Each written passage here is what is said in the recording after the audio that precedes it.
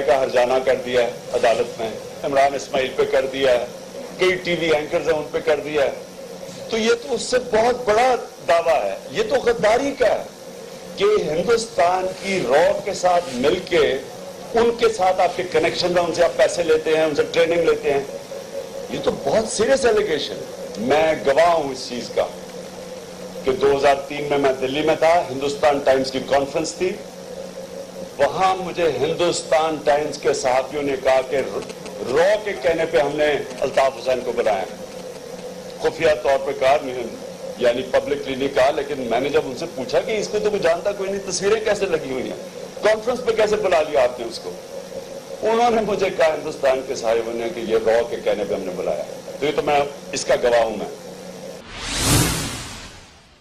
بسم اللہ الرحمن الرحیم. السلام علیکم ناظرین، پروگرام نیوز پوائنٹ کے ساتھ میں ہوں آسما چودھری. آج کے پروگرام میں آپ کو خوش آمدید کہتے ہیں. پروگرام کے آغاز سے پہلے آپ نے سنا عمران خان کو جو کہ ماضی کی ایک کانفرنس کا حوالہ دے رہے تھے کہ جس میں الطاف حسین صاحب نے بھی شرکت کی اور وہاں پہ کچھ جو متنازع باتیں ہوئی وہ بھی ریکارڈ کا حصہ ہے، لیکن وہ یہ گواہی دے رہے تھے کہ وہاں پہ ان کی جو پارٹیسپیشن تھی رو کے کہنے کے مطابق ہوئی. ذکر کریں گے پروگرام میں بی بی سی کی سٹوری کے حوالے سے. جو بی بی سی کی سٹوری سامنے آئی ہے اس میں یہ کہا گیا ہے کہ ٹھوس اور واضح شواہد موجود ہے کہ ایم کیو ایم کے لوگوں کو را ٹریننگ دیتی ہے، وہاں سے اسلحہ بھی ملا اور ایم کیو ایم پہ بھارت سے فنڈنگ کا الزام بھی ہے. آج کے پروگرام میں اسی حوالے سے گفتگو کریں گے. وزیر اعظم صاحب نے ایک کمیٹی بھی اس حوالے سے بنا دی گئی، ایف آئی اے کی سربراہی میں تحقیقاتی کمیٹی برطانیہ کا دورہ بھی کرے گی، مختلف لوگوں کے بیان بھی اس میں ریکارڈ کرے گی. مزید کیا ڈیولپمنٹ ہو سکتی ہے اسی پہ گفتگو کا آغاز کریں گے، لیکن سب سے پہلے آج کے کچھ اہم points. B B C story, M Q M کے لیے کیا جان چھڑانا مشکل ہو گیا؟ بی بی سی ڈاکیومنٹری، تحقیقاتی کمیٹی قائم کر دی گئی، کیا مزید شواہد سامنے آئیں گے؟ عمران خان کا الطاف حسین پر را کا ہونے کا الزام، کوئی جواب ایم کیو ایم کے پاس ہے؟ بھارت سے فنڈنگ، کیا ایم کیو ایم پر بطور جماعت پابندی لگائی جا سکتی ہے؟ کراچی پاکستان کا معاشی شہر ہے، کیا دشمنوں کے ہاتھ میں؟ جی ناظرین، گفتگو کا آغاز کریں گے. اپنے موزوں مہمانوں کو ویلکم بھی کہیں گے کہ ایم کیو ایم کے لیے کیا خاصا کٹھن یا مشکل وقت سامنے آ گیا. خواجہ آصف نے کل ایوان میں جیسے کھڑے ہو کے کہا تھا کہ ایم کیو ایم کی لوڈ شیڈنگ شروع ہونے والی ہے. آج انہوں نے اس دعوے کا اظہار اس طرح سے کیا کہ ان کو پہلے سے پتا تھا کہ ایسی سٹوری سامنے آنے والی ہے. مختلف سیاسی جماعتیں بھی تنقید کا نشانہ بنا رہی ہیں اس وقت ایم کیو ایم کو کہ وہ سامنے آئیں اور بی بی سی کے اگر وہ سچے ہیں تو سو بھی کر سکتے ہیں.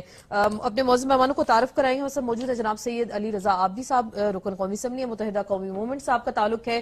ڈاکٹر طارق پیرزادہ صاحب ہمارے ساتھ موجود ہیں، سینئر اینالسٹ ہیں. آپ کو صرف طارق پیرزادہ صرف طارق پیرزادہ صاحب ہمارے ساتھ موجود ہیں، سینئر اینالسٹ ہیں. ناز بلوچ صاحب ہمارے ساتھ موجود ہے، پاکستان تحریک انصاف کی سینئر رہنما، آپ کو ویلکم بھی کہتے ہیں. حافظ نعیم الرحمان صاحب کراچی سے بھی جوائن کریں گے، مظہر عباس صاحب سے بھی بات کریں گے.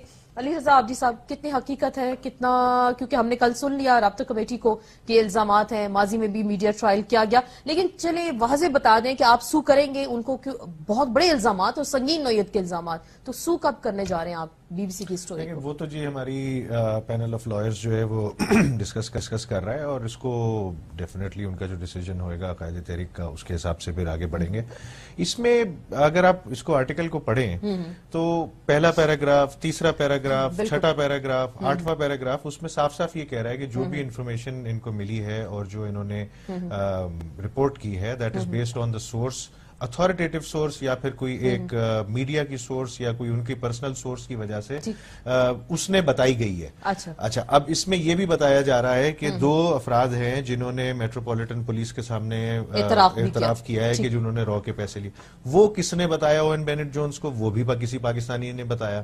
اگر وہ میٹروپولیٹن پولیس نے بتایا ہوتا تو میٹروپولیٹن پولیس سب سے پہلے اب وہ سو کرے ان کو کہ ان کی انفارمیشن کیسے لیک کری وہاں سے، ان کی انفارمیشن لیک کری اور پاکستانی کے پاس گئی اور پھر پاکستانی لیکن اس کا پہلا پیراگراف جو سیکنڈ کا مینشن کر رہے ہیں UK authorities investigating the MQM ووز، اس میں لکھا ہوا ہے کہ alleged منی لانڈرنگ کے جو آپ پہ الزامات تھے UK انویسٹیگیٹنگ جو ایجنسی تھی انہوں نے کیے، جس میں MQM پہ اسلحے کے حوالے سے چیزیں سامنے آئی، وہ بھی بتایا گیا، وہ بھی پڑھیں اس میں یہ چیز اس میں لکھی ہے، لیکن وہ جو آپ پاکستانی اتھارٹی کا کہہ رہے ہیں وہ اس پیراگراف میں کی بات کر رہے ہیں تو لسٹ میں بھی یہ بتایا، وہ بھی کسی پاکستانی سورس نے بتائی. UK وہ تو they are investigating, we know that that's been past 2 years. چلیں اگر ان کو صرف ہیئر اینڈ سے پہ وہ بات کر رہے ہیں، یہ سب کی سٹوری بنا رہے ہیں اور صرف پاکستانی اتھارٹیز بتا رہی ہیں، لیکن اب یہ ملکیت ہے سٹوری BBC کی، یہ پاکستان کی ملکیت نہیں ہے، تو جس کی ملکیت ہے آپ ظاہری بات آپ اسی ادارے کو سو کریں گے، تو کیا قانونی چارہ جوئی کریں گے آپ؟ جی انشاءاللہ اس پہ وہی میں بتا رہا ہوں کہ اس کی ٹیکنیکلٹیز پہلے دیکھنی ہے کہ اس میں اگر ایک آدمی یہ بول رہا ہے کہ اس کی انویسٹیگیشن ہے، اگر BBC کی انویسٹیگیشن ہے تو پھر ظاہر ہے BBC پہ لا سوٹ بھی بنتا ہے،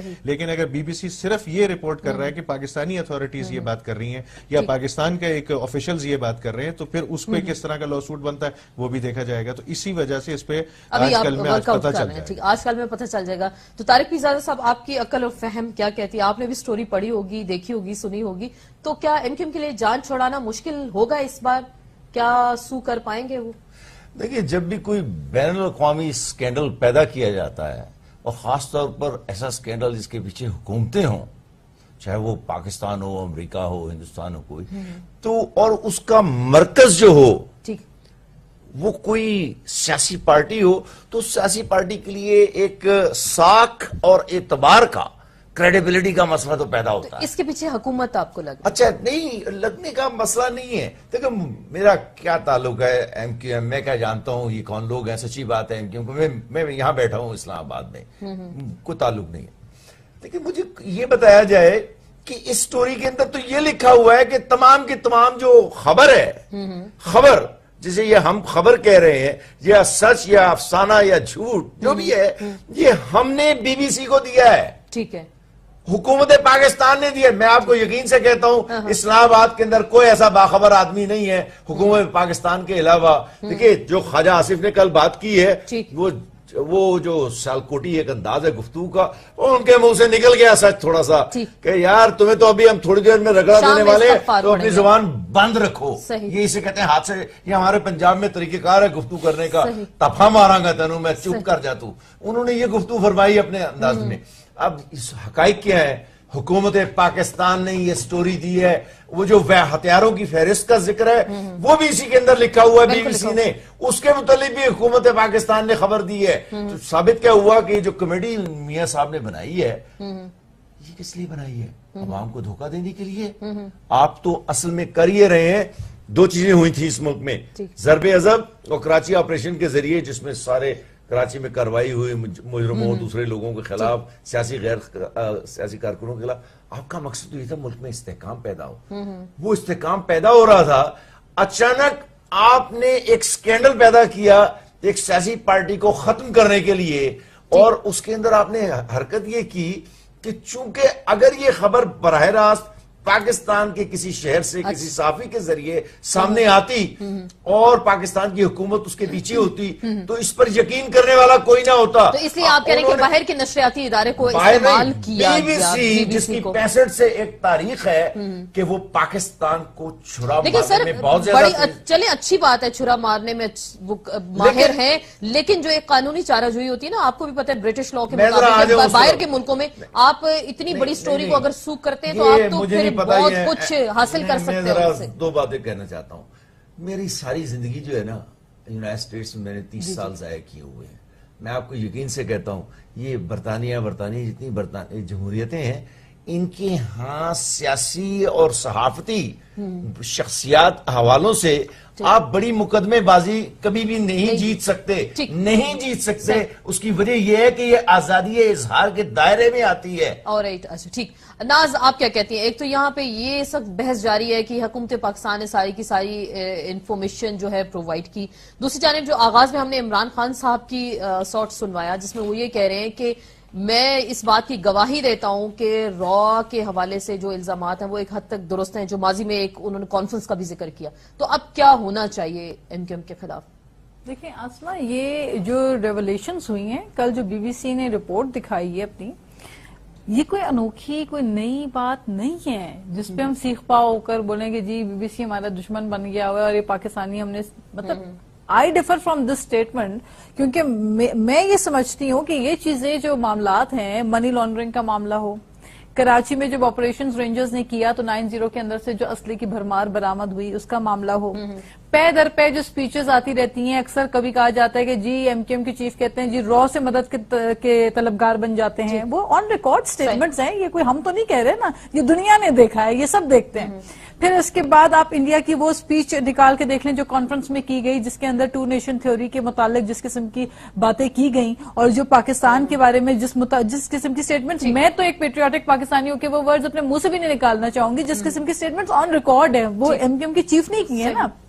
تو یہ ساری باتیں، یہ ساری چیزیں، یہ ہم بچپن سے سنتے آ رہے ہیں، کم سے کم میں تو بچپن سے ہی دیکھتے آ رہی ہوں، یہ ساری باتیں سنتے آ رہے ہیں کہ کہیں نہ کہیں دال میں کچھ کالا ہے، ضرور ہے، تو پتہ چلا تو پوری دال بھی کالی ہو سکتی ہے۔ تو وہی چیز ہے، اب آپ دیکھیں کہ سہولت مرزا کا جو کیس ہوا، سہولت مرزا کا تعلق ایم کیو ایم سے، سہولت مرزا کی جیلوں کے اندر سے برڈز منا رہے ہیں، وہ سالگرہ منا رہے ہیں، نعرے لگا رہے ہیں، گانے گا رہے ہیں، سب کچھ ہو رہا ہے۔ پھر اس کے بعد سہولت مرزا کی بیگم آتی ہیں، بتاتی ہیں کہ جی اس طرح یہ لوگ تھے جو 90 میں فیسیلیٹیٹ کرتے تھے ہمیں۔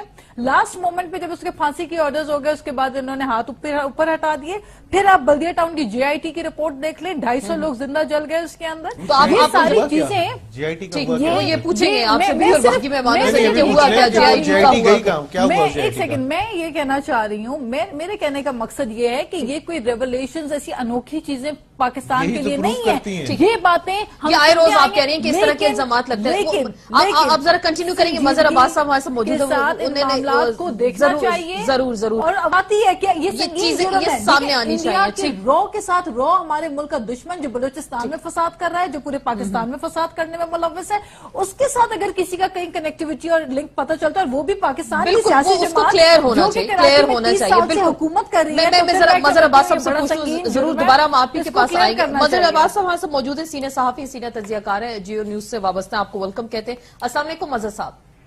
جی وعلیکم السلام۔ مظہر صاحب، یہ جو بی بی سی کی سٹوری اچھی خاصی ظاہری بات ہے لے دے ہو رہی ہے، اس کی تحقیقات کے حوالے سے بات ہو رہی ہے، سٹوری کے مزید جو پوائنٹس سامنے آ رہے ہیں، آپ کو کیا لگ رہا ہے کیا اس حوالے سے جو تحقیقاتی کمیٹی قائم کر دی گئی ہے کوئی شواہد سامنے آ سکیں گے، یا پھر یہ کمیٹی صرف کمیٹی تک ہی محدود رہے گی؟ دیکھیے اس پہ ڈیپینڈ کرتا ہے، کیونکہ بی بی سی نے جو رپورٹ دی ہے اس نے پاکستانی سورسز کو کوٹ کیا ہے، تو ظاہر ہے اگر پاکستان کی سورسز ہیں تو وہ یا تو انٹیریئر منسٹریز میں ہوں گی، یا ہو سکتا ہے انٹیلیجنس ایجنسیز میں ہوں، جس لیول پہ بھی ہوں۔ بہرحال اب یہ اگر تحقیقاتی ٹیم کمیٹی بنے گی وہ کیا تحقیقات کرتی ہے، لیکن سب سے اہم بات یہ ہے کہ اگر یہ اس رپورٹ کے جو حصے ہیں وہ لنڈن پولیس کی انویسٹیگیشن کا حصہ بنتے ہیں، اور لنڈن کی جو منی لانڈرنگ کیس ہے اس میں ان چارجز میں اس چارج کو بھی شامل کرتی ہے، تب یہ معاملہ بہت زیادہ سنجیدہ ہو جائے گا۔